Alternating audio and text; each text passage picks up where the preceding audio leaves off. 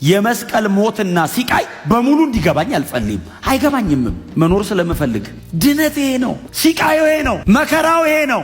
ጀርባውን ቡጭቅ ይጮሃል፣ ያጣጥራል፣ ሳጋፍኖታል። 40 ገረፉት፣ አጥንቱን ነው ያልነኩት። ከአጥንቱ አንዳች አትሰበርም የሚል ቃል ስላለ ስጋው ተተልትሎ ደሙ ሰውነቱ ላይ ወርዶ ልብሱ በደም ተነክሮ የተንበረከከበት መሬት በደም ተጨማልቋል።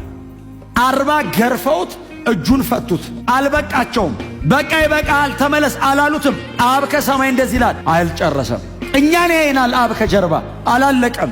በዚህ መገረፍና ሲቃይ ብቻ አይድኑም። መሞት አለበት። ሕይወት ተከፍሎ ነው የሚሰጣቸው። ክርስቶስ በአባቱ ቀኝ የከበረበትን ለመክበር ኢየሱስ እኔ የምኖረው መኖር ነበረበት። ሆነው እሺ አለ።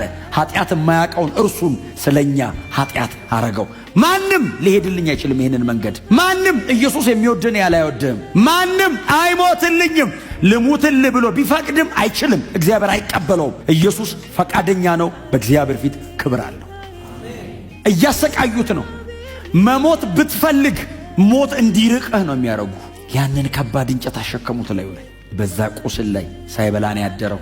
ሳይበላ ነው በቀን 3 ፍርድ ቤት ሲንከራተት የዋለው። ያንን ሁሉ ወደ 127 ኪሎ ሜትር በእግር ሄዷል። በዚያ ሁሉ ሲቃይ መካከል የዓለምን ሁሉ ኃጢአት ተሸክሟል ላይ ላይ። በዛ ላይ አባቱ ትቶታል። በዛ ላይ አንድ ተከታይ አጠገቡ የለም። ሁሉ ትተውት ሄደዋል። ያንን ደረቅ እንጨት ተሸክመው ከጲላጦስ የፍርድ ወንበር እስከ መሰቂያ እስከ ራስ ቀል ሚሏት እስከ ጎሎጎታ ድረስ 0.8 ኪሎ ሜትር ነች። ቪያ ዶሎሮሳ ይሏታል። ዌይ ኦፍ ሶሮ ትባላለች። ሰው እንኳን በዚህ አይነት ሁኔታ ያንን ከባድ እንጨት ተሸክሞ አይደለም ኖርማሊ በእግሩ መውጣት ይከብደዋል፣ ጠንከር ያለ ሰው ካልሆነ። ኢየሱስ ተሸክመ ውጣ ሲሉት አልቻለም። መጽሐፍ እንደዚህ ይላል፣ ከባዱን እንጨት ይዞት ወደቀ።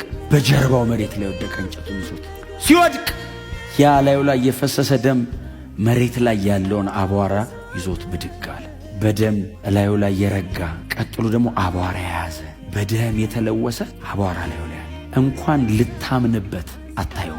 እግዚአብሔር ግን የዘላለም ሕይወት ያስቀመጠው እሱ ውስጥ ነው። የመረጠው መሞቻ መስቀል ነው። መስቀል ማለት በዘመናት መካከል እጅግ በጣም ክፉ የተባለው አሟሟት መንገድ ነው። ሮማዊ ዜጋ ከሆንክ በመስቀል አይቀጡህም። ለምን? ለዜጋቸው እንደዚህ አይነት ሞት አይገባም። ብዙ ልጆችን ወደ ክብር ለማምጣት እኮ ነው የሚለው። አንድ ልጁ ላይ ወሰነ። እግዚአብሔር የጨከነው እኔን አይቶ ነው። እግዚአብሔር የዘላለም ሕይወት ያስቀመጠው የተሰቃየው መሲህ ውስጥ ነው። ለዛ ነው ጳውሎስ እኛ ግን የተሰቀለውን ክርስቶስን እንሰብከዋለን። the crucified Christ, not only the suffering የተሰቃየ ብቻ አይደለም የተሰቀለ